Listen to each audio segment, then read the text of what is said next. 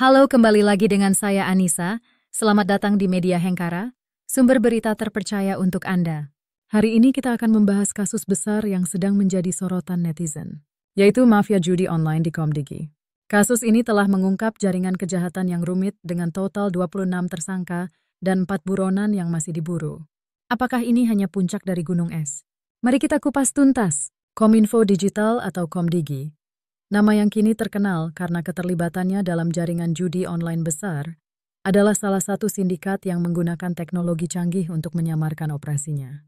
Jaringan ini memiliki ribuan pengguna aktif dan diperkirakan menghasilkan miliaran rupiah setiap bulannya.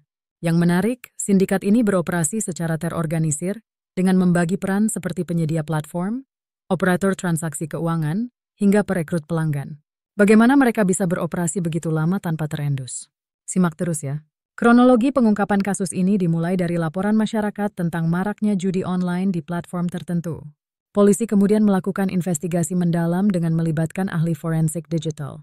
Akhirnya, pada awal tahun ini, penggerebekan dilakukan di sejumlah tempat, mengungkap operasi yang melibatkan puluhan orang. Yang mengejutkan, sebagian tersangka berasal dari kalangan profesional. Bahkan ada indikasi keterlibatan oknum yang memiliki akses ke data digital pemerintah. Apakah ini menjadi bukti lemahnya pengawasan kita terhadap kejahatan dunia maya? Struktur organisasi Komdigi terungkap melalui dokumen yang disita oleh polisi. Dalam organisasi ini, terdapat 3 lapisan utama. Pertama ada pimpinan, yaitu mengatur strategi dan distribusi keuntungan. Kedua teknisi dan operator, yaitu bertugas mengelola platform dan transaksi keuangan. Lalu yang terakhir ada perekrut, yaitu bertugas menarik pelanggan baru, seringkali melalui media sosial. Bayangkan, mereka bahkan menggunakan teknologi enkripsi untuk menyembunyikan jejak keuangan mereka. Ini bukan operasi sembarangan. Dalam operasi penggerebekan, polisi menyita berbagai barang bukti, termasuk 15 komputer server, ribuan dokumen transaksi, bukti komunikasi antar anggota jaringan.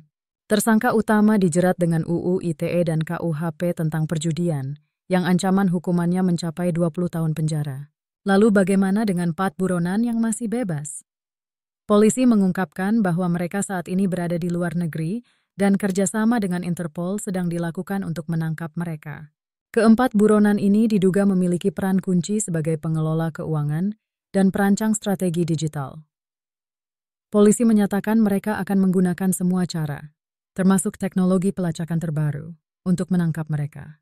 Selain melanggar hukum, mafia judi online ini memberikan dampak besar terhadap masyarakat, seperti kerugian ekonomi.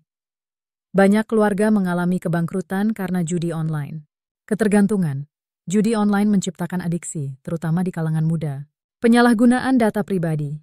Pelanggan sering menjadi korban kebocoran data. Inilah mengapa pemberantasan mafia judi online bukan hanya tentang hukum, tapi juga soal melindungi masa depan generasi kita.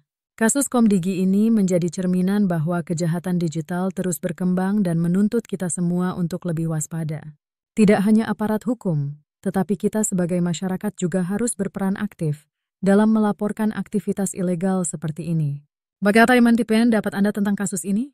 Apakah upaya pemerintah sudah cukup? Tulis komentar di bawah. Jangan lupa untuk like, share, dan subscribe agar tidak ketinggalan berita terkini dari Media Hengkara. Sampai jumpa di video berikutnya.